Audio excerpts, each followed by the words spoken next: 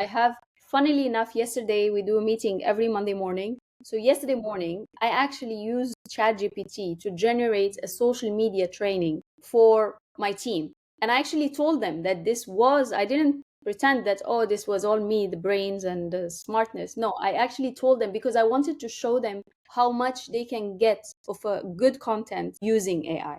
So I took, I, of course, based on from your trainings and stuff, I put the prompt together and I asked the ChatGPT to put a training for me with effective step, effective this, effective that, tips, even action plan, everything. I just took it, copy, paste. I didn't do nothing with it. And I told my team, I was like, look, this is not me. This is ChatGPT. I want you to use it. This is everything they never told you about real estate with the AI queen, Carrie Soave, sharing the tech, tools, and lead gen strategies that top producers won't tell you about. Now, here's your host, Carrie. Welcome back, everybody, to the podcast. Today, I know I say I have a really special guest like every single week, but I mean it this time. I'm here with Dunya. Dunya I've known her for a couple of years now. She is the regional director for Dubai. Am I saying this right? For EXP. And I call the directors, I call them country leaders. So she is in Dubai running EXP. Okay. And she's a female and she is one of the nicest, kindest people I've ever met. We got to connect in Portugal and now we're going to get to see each other again in Barcelona. And Dunya, thank you so much for coming on this podcast. Thank you, Carrie, for having me. It's always a pleasure. And I'm really happy to be in this podcast of yours. I see your special guest every week. So it's nice to be another special guest. Right. And like, how cool is it that I get to be able to connect with country leaders for EXP all over the world. And what does that mean? So what is like a country leader or a regional director, right? What is that? That means that EXP chose to partner with this person because of their influence and their knowledge base and the community that they hold to open up a country like Dubai. Am I correct in that, Dunya? That's true. Yes. So Carrie, so look, when EXP Realty decide to expand to another market, of course, they don't have the expertise in that particular market, right? They do their normal studies, they can get a business consultant, do the research, do the numbers, do the data, but you need someone on the ground to really run the business the way it should be run in the country that is considered for the expansion. So they do a really thorough job to find someone like myself, like many others. We have 28 countries now that will do that job and do it well, because honestly, the country leader, I think it's a very important component, as special as EXP Realty, the business model, everything. It's very famous and known in the US or North America. But outside that, you need someone on the ground in each country to kind of pass on the message and explain and believe actually in EXP Realty. When I got hired in June 2022, the first thing I did when EXPCon was happening in Vegas is I flew to Vegas and I attended EXPCon, and I wanted to know the people who I'll be working with and representing, So I did that, and I was very happy with what I saw with everyone that was on stage. We had, I think that year, 142 agents on stage speaking and sharing their knowledge and experience. And I met agents who've been founders, and I've met agents who just joined like 2 weeks ago, and everyone had a story to tell. And I really fell in love with EXP more. And then I brought that message with me and that passion with me and everything back to Dubai, and we're building now EXP Realty in Dubai. Yes. So just to kind of give everybody an idea, tell me a little bit about your background, because you've actually owned your own brokerage, right? So tell me before. So a little bit of my journey, or my journey as a whole. I've been 20 years in the real estate market in Dubai. I've started my career in 2005. I started it as a property consultant. The freehold market just opened like maybe a year or two by then. And it made sense just to, there was so much demand and there were so many beautiful projects that are coming about. So I just joined the real estate market. But shortly after that, so the good thing, I'm happy that I actually was a property consultant. We call it property consultant in Dubai. And soon after that, I helped a friend open his own real estate company, and I was a sales manager, 2006. And I stayed in that company for 10 years. Oh, wow. The managing director. Then, as the company I grew. My position grew with it. 10 years, 2016. Then in 2016, I decided to move due to some circumstances. New partners came into the business. So I moved out and started my own company at the time, which was a branch of a GCC operation that was already there in Qatar. And 3 years later, I was approached by Berkshire Hathaway Home Services when they opened their franchise in Dubai.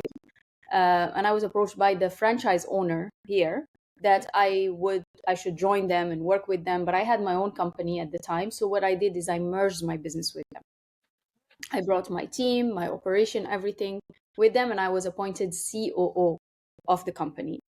Now I worked there for 2.5 years, and it was amazing. I really loved the brand. I enjoyed working with the corporate team, the US team. But the only thing that was an issue for me, that it was always a franchise. It wasn't the company, it was always under the mercy of, whoever is managing it here. So I couldn't, I felt restrained, or I couldn't grow the way I wanted. Then I decided to leave again. I'm like, I'm going to leave and start my own, because when merging my own, I had to kind of dissolve my license and everything. But then I wanted to bring that to life. And while I was going to do that, somebody met me and said that, oh, but why don't you consider eXp Realty, and it's a global brand? I'm like, no, I'm done. I don't want. But then they said it's not a franchise. And I'm like, now I'm open to the conversation, because I felt that it's going to be one company, stronger, and, same vision, same value, same whatever you bring as a one company. So I did that, and I had 4 calls online. And then I decided to put all my plans to have my own on the side. I said, I want to be the one bringing change to Dubai market. It is about time, because our market is maturing. Our brokers are maturing as well and becoming well established. So I said, this is a very unique business plan that works for mature brokers better. It will work for new brokers as well, but it requires little time to settle in and know your bearings right. But for mature brokers, this is a huge gift, and I wanted to be bringing that gift. Yes. Yeah. Yes. No, I love that. So because I don't know, I think most of our listeners are in North America. What is it like being a real estate agent in Dubai? Like, from what you've seen in North America, what is different? Because like all we see here is like super sexy condos and luxury, and is it really like that in Dubai? To some extent, I would say it is beautiful communities we have. The buildings are like, almost everything is 5-star and has a gym and a pool and facilities and super clean. Security and safety is top notch. Also, the way they design communities. So you really, I would say that when you get to sell Dubai is halfway sold already. It's just your job into identifying the needs of that particular client in terms of like, okay, what the size of the property they require, what lifestyle they enjoy, what is their budget that they've allocated to this purchase, and so on and so forth. Many other reasons, of course, that you qualify a buyer for or investor. But half the work is done, because Dubai on its own is a big brand. But going back to the job as a realtor or as a real estate agent or broker, because same in Dubai, we have it like it means the same thing, is basically it's not easy. It's hard. You may see some agents, pulling the millions and doing great sales, and you might see some agents who are really struggling. They still can get their niche. They still are lost in those so many developments that we have. And I think it takes a lot of practice to be actually able to continuously generate business, and not just that one-off deal that you close. Yes. And in terms of technology and MLS data and how easy or hard it is for an agent to operate in Dubai? Like, tell me a little bit about that. Sure. So in terms of technology and digital adoption and everything in Dubai, I would say it's really number one. It's very much the smart systems that we have. In fact, in COVID, we still were doing business because everything was online. Right now, when you buy a property as an investor, whether you buy it on secondary or you buy it under construction, literally the under construction is so easy that you just have a booking form, have your funds, transferred or paid to the developer, and the developer is protected.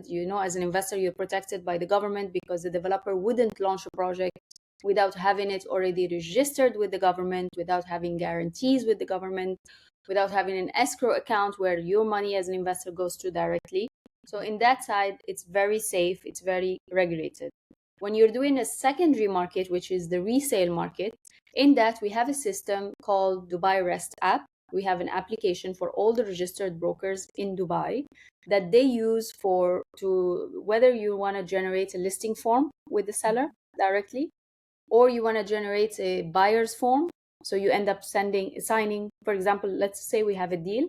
You sign with the buyer, you sign with the seller, and you are able to represent both, by the way, in Dubai. We don't have problem.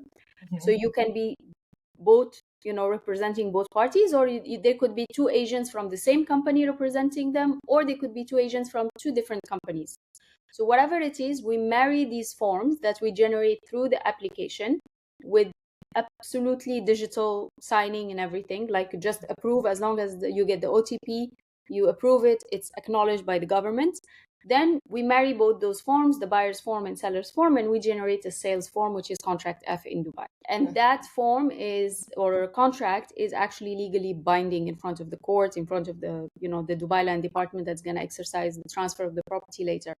So everything is done digitally. So in terms of being digital, it's amazing. We have some great CRMs. MLS, however, we are still not there. We are trying. We have had a lot of interest actually from now firms from North America and others that are trying to bring the MLS culture for actually systems to Dubai market. But we still don't have the exclusivity entirely, right? We still are allowed one listing can still have 3 agents. So we still, yes. So before we used to have one listing, multiple agents, and then the government came a few years back and they decided that, okay, one listing, maximum 3 agents can list. So we're still on the portals. MLS will not work with this system. We need to change the back end before we could do the MLS. However, everyone relies on the portals here still. And if you need a property, you go to the portal. If an agent needs a property that he doesn't have, he also goes to the portal and connects with the broker who has it. Okay, so is it fair to say that if you hold a lot of listings, you hold a lot of power in Dubai, and but also you have a lot of responsibility because getting it out to as many agents and as many buyers as possible isn't as easy as if you had a central MLS system. Is it fair to say that's sums that up? Yeah. Okay. Yeah, so it is. I mean, for me, especially if it's an exclusive listing, I always tell my team and myself and everyone, an exclusive listing is that if you have one, it's as if you have a post-dated check in your pocket. You just waiting on cashing it, right? You just sell that asset, and doesn't mean you hog it, right? Exclusivity doesn't mean you hog the listing. You share it with everyone in your market and industry and buyers and everyone, and then eventually you get to sell it and you enjoy the money as well. So okay, that's how I put it. I'm thinking in my head that, of course, the older way of doing business and the handshake and the networking and Absolutely. The face-to-face and the phone calls, and that is super valuable in Dubai. But is it fair to say that the agents that have a massive online digital presence will win at the real estate game in Dubai? Is that fair to They say? do. It is true. Unfortunately, as much as we want to not admit it and always say, but look, I have both cases in my team. I have someone who but he is active on LinkedIn, to be honest, but he would still generate business just from connections around him and lots of business, good business, And I have people who are, active on social media, and they are able to generate business from there. So look, for me, I wouldn't force someone to go into social media if they already identified their niche, if they already have a flow of business coming in. Yeah. But, and I've been talking about it last few weeks, personal brand is very important nowadays, no matter who you're working with. And Yeah. the only way to build that personal brand is through digital or social media, right? Whether it's like even in Dubai, WhatsApp, we work with WhatsApp a lot. I've been educating my team on how to use WhatsApp as well. The status sharing, maybe setting it up as a business WhatsApp. But we can't do without it, as good as we could be on the ground and with clients and secure referrals. That's amazing. And that's if you don't want to be overwhelmed with business, if you have that already. But if Mhm. you want more or you don't have that, then online is the only way to go. So that brings me to the next topic, which is AI, because Your favorite. obviously I feel like a lot of these things are easier to accomplish at a massive scale with AI. And Yes. Dunia put her trust in me about 8 months ago and enrolled in my program, the AI solution. Has it helped like all those aspects of your business using AI? Has it using AI has Look, helped? I again, AI, another topic we cannot move or do without it, right? Everybody, including myself, when Instagram came out, when WhatsApp came out, when every time a technology comes out, I'm like, no, I don't need another one. It's not gonna, it's okay. And then I find myself like playing catch up. I want to learn because I missed a lot already just by resisting it, which I don't advise anyone to do, and I don't do anymore. Like now, if Glenn shows up and says, hey, there's this new software, there's new technology, you need to embrace it, I immediately do. I don't even question about it. So I think it's very important. Not I think, it's now has become part of our daily lives. To be honest, funnily enough, yesterday we do a meeting every Monday morning. So yesterday morning, I actually used ChatGPT to generate a social media training for my team. And I actually told them that I didn't pretend that, oh, this was all me, the brains and the Yeah. smartness. No, I actually told them because I wanted to show them how much they can get of a good content using AI. So I took, I, of course, based on from your trainings and stuff, I put the prompt together and I asked the ChatGPT to put a training for me with effective step, effective this, effective that, tips, even action plan, everything. I just took it, copy, paste. I didn't do nothing with it. And I told my team, I was like, look, this is not me. This is ChatGPT. And because why I'm telling you this is because I want you to use it as well. Yeah. Use it for inspiration, use it and edit it, whatever. But look how much information you can get through ChatGPT on your own time. Like, not you have to attend Dunia's meeting at 10 a.m. on a Monday to get it, but you can do it any time of the day you have, free time. So I showed them, and actually we just did it yesterday, and they were so happy. And I shared it with them, and hopefully they would apply some of the tips that ChatGPT gave. So I don't know how long it's been since you've been in the community, in my community. It's like you have lifetime access and I'm Yes, changing things all the time. I want you to jump back in because I've added so much. And now that you just told me about how you created your presentation, your training with ChatGPT. I want you to start using deep research with ChatGPT. You okay, could do deep research to create literally the best chat training, social media training that anybody's ever seen before. That's how powerful this is. amazing. So I want you to dive back into the program, and I will. there's double the content now. Like I've added Grok, I've added Gemini, I've added DeepSeek, everything, and Amazing. even some automation tools. GPT now has the ability to automate via tasks, which is now in beta. So you can schedule all of your prompts to happen weekly, monthly, daily, whenever you want. And then an email is sent to you letting you know that your content is ready, which is wild. So that's why I want I to get love you that. That's into it. amazing. I really love ChatGPT, to be honest. Like, I don't always, so it's not like, for me, it's never copy paste. I only copy pasted yesterday because I really wanted to show the team that this is the potential of the information you get. But for me, it's always like an inspiration. It's like I don't go to Google anymore. I just go to ChatGPT instead of keying in Google. Because I have the paid version and it can search the web, it can get the facts, it can give you the source.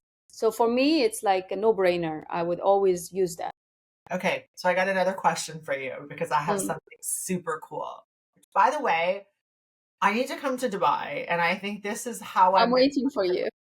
this is how I'm going to come to Dubai. So now that I know the challenges around the CRMs with agents, and also, I've been talking to agents, EXP agents in Dubai for quite a while. I know the struggles. I know that they use WhatsApp over CRMs. I know that they're hard to adopt. Sometimes new technologies, it's difficult for them to adopt. What if, because when I was talking to Lynette was like, Carrie, if we're going to use AI and we're going to put something out in Dubai with AI, it has to be so easy to use. Yeah. So what if I had a voice activated CRM / AI system? That'd be amazing. So they could make all their notes by talking to their phone, and everything would be recorded for them. So now they're able to accumulate data, right? Which is super important. You and I know the importance of data, but also, get guidance on everything they're doing in real estate. But also, we have a new feature in it, and it's a chat bot that can take over a conversations in WhatsApp. And that's what initially made me think about this.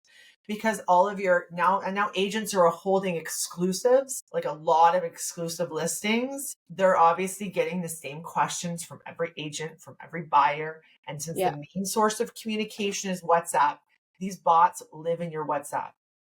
And if you train them on the data of your exclusives, can answer all of the questions that are coming in about it with the purpose of booking showings. How would that go over in Dubai? I'll use it myself.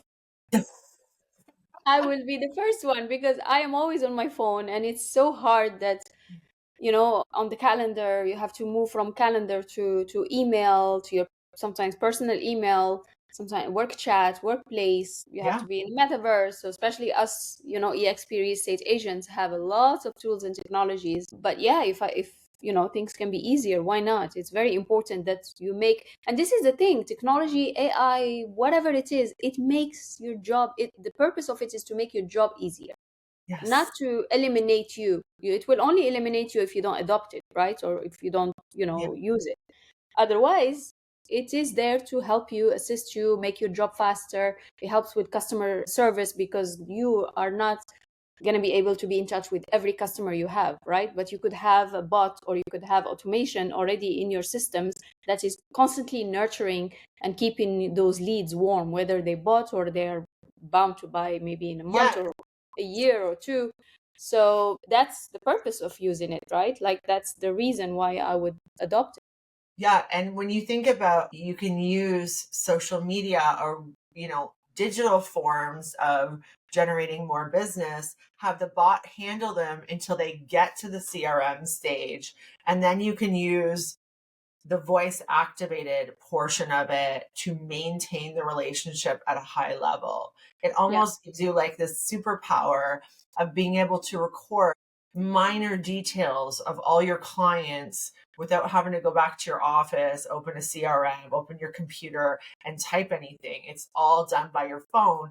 And then the power of having all of that data at your fingertips, right? So you don't have to remember all the details about your client, even though you should, because he spends millions of dollars a year. But we're human and we can't do that sometimes. Now we have all of this information at our fingertips, and it can be recalled in the same way by voice command as you did record it, which is amazing. I think is super valuable. So we'll have to talk about that later. But now you talked about, balance and keeping track of everything. Then that kind of brings me to what I want to talk about next. Do you think that a successful business owner can achieve balance in personal, professional life? Right? I don't believe. I have. This is one question I always am asked. Is like, how do you do? Because I'm a mother of 3 kids, right? Yeah. And everyone asks me, how do you balance between motherhood and work and this and that? You don't balance. You try to balance, and one side will take over, today, tomorrow, day after. One, sometimes work will take over, sometimes priority, of course, is to the kids, and you have to be there and drop some work that time. You just have to juggle, and with time you learn how to juggle. I kept working even though my kids were very small. Now my eldest is 15 and 13, and I have a 3.5 years old, and I'm still juggling, to be honest. It's less, it's better, because I had two at the time. They were both small, both I couldn't leave alone for a long period of time. One goes to nursery, one goes to school, and now again two of them go to school and one goes to nursery. But I just don't know. If I go back, I don't remember how I did it, but I did it. However, I don't remember balancing nothing, because it was me who lost the battle. It was work and kids, and me, I was like at the bottom of the list. My social life is nearly nothing. But again, I get the satisfaction from succeeding at work and from being a good mother to my kids, that it doesn't matter for me, my social life, if it's buzzing or not. It's important to have good friends around and good family system, good support system that will back you up. But it's one day is good and one day is bad, and you try your best to balance, like almost, I say balance, but never, you would never achieve that. So don't keep looking for that perfect balance, because it's not there, it doesn't exist. It's juggling. That's how I would name Yeah, it. I think that is very honest. And I want to say to all the listeners out there, the women who have been told that they can achieve this perfect work-life balance, somebody is lying to you, Yeah, because that absolutely. doesn't exist. You can't give 50% to anything and have a successful anything. No, It you just have to doesn't give work. 110% to everything, right? And the minute that you are on a work mode, then you are giving 110% there. And Exactly. when you are in the, I put the hat of a mother, then I'm 110% there. There is no 50-50. It doesn't work. You put 50-50 in your business, you'll be out of business very soon. Yeah, absolutely. Okay, so what is the one thing about Dubai, the Dubai real estate market, that most agents get totally wrong? International agents, so out from the outside looking in. What do you think? Something that most people don't know. You know what I didn't know? Hmm? I didn't know that you guys don't have actual addresses. No, I just had to bring that up because I You're was funny. like, geez. But tell me, like, what do you think is the biggest misconception from international real estate agents looking at Dubai's real So estate? a lot of times I hear this, and I hear that you cannot own in Dubai as an expat or as a non-Emirati, which is not true. We have so much of stock that is freehold, and by freehold means you can own it 100% and pass it on to the next generations. We have lots of designated areas. All the communities of Dubai are almost freehold. There are very few that are limited to the nationals, Mm-hmm. right? So that's a misconception. I always hear it, like, even though how international Dubai looks to people, even when they come, they're like, oh, but you can't own in Dubai. It's not freehold, or expats are not. No, it's absolutely wrong, because in 2002, 2003, they opened the law for expats to own. You get a title deed or an ownership document registered with the government that states that you are the owner of this property, and you're free to pass it on to next in kin. That's one thing. Another thing, and also we are like Dubai, the population is 92% expats and Wow. 18% nationals. Okay. Yeah, so Okay. that's another thing that's there. Here it's a melting pot of cultures and religions. It's very tolerant, and the government is very big on promoting tolerance between the people. Can you believe we have the happiness minister, right? All our government offices, where you go, it's like it's a happiness center. It's not somewhere you go and get frustrated and you go get work done and then you have to press on how happy you were with the service. Yeah. It's a very, very nice environment that we're in, very motivating, because the leadership, the government is very like hard working every day on how to make Dubai better, how to make it better for us, the expats, right? So because we are the ones who come. I came here 20 years ago and I decided to stay here, and many like me have come and made Dubai home, and we feel safe, we feel welcomed, we feel like this is our country. Right Yeah. now with the golden visa, you can avail, up to 10 years residency. and it's made it so easy for a lot of people, which actually attracted a lot of foreign investment to Dubai. Free ownership of business, free ownership of property, and your 10-year golden visa. So this is basically home for many of us that are not really citizens. You're making me want to move to Dubai. I just looked over Very at soon. my assistant. I'll make you. My bags are packed. I think we should also do some kind of event to educate Canadians on Dubai. I know I met an agent when I was speaking in Vancouver who is in the process of moving to Dubai. So like, I feel like we should put something together. So what does it look like to get work in Dubai? What does it look like to rent, own, you know what I mean? Let's do some kind of like a lifestyle event. I feel like that would be very Absolutely. helpful. I'm game. I'm a big ambassador of Dubai. I've done webinars, I've done physical visits, road shows in the United States and others. I'm happy to do it. I love educating. I love demystifying Dubai, because a lot of people think it's in the Middle East. Oh my God, it's a Middle Eastern city and it's all sand and camels and whatever it is, and they're tight in their laws, and nothing like that. You come here. My husband gives this explanation of Dubai as if he describes it, as if it's Vegas on steroids, And Ooh. somebody I heard 2 days ago, and he also sent me the video. It was like, imagine Vegas if it was a Muslim country. And even better, the infrastructure here is amazing, but it's a very happy, happening, lit up city that everyone is happy. You don't see people fighting, you don't see people angry. Everyone is just working on the next best idea. It's a really very, very nice atmosphere here. You're making me want to explore opportunities for AI in Dubai because, It'll be the best hub. I'll take you everywhere you need to be for that. okay, so you're going to stay on this podcast after we're done and we're going to chat for 5 minutes. Okay, next question. If you could automate any part of your job using AI, what would it be? This is kind of like, you're like rubbing your magic genie right now. So like, tell me what you want. I'm your magic genie. Just gonna like rub my belly. Automate something, but it's not possible. I don't think that's one thing I think technology cannot replace, is the one-on-one meetings. When you meet people, it takes time and you end up repeating yourself and everything. But honestly, I don't think any technology can replace that. I was gonna say emails, but I know that Google has already, Gemini that can do that for you, and many other solutions that can do that for you. We make the process a little bit more interesting for you, and we set you up with an automation within ChatGPT that pulls the latest news for the week and puts a spin on it in your tone so that you're talking about something different every single week to everybody you meet, as opposed to, because we can fall into the trap of always talking about the same thing. I know what you're talking about. It's monotonous. Yeah, and I hate monotony. That's something I really hate. That's why I am very pro growth, because growth allows you to expand. And like you and business development. Yeah.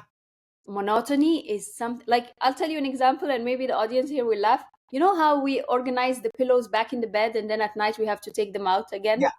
I hate that. I'm like, why do we have to do this every night? Just throw all the pillows, keep one pillow. That's how much I hate monotony.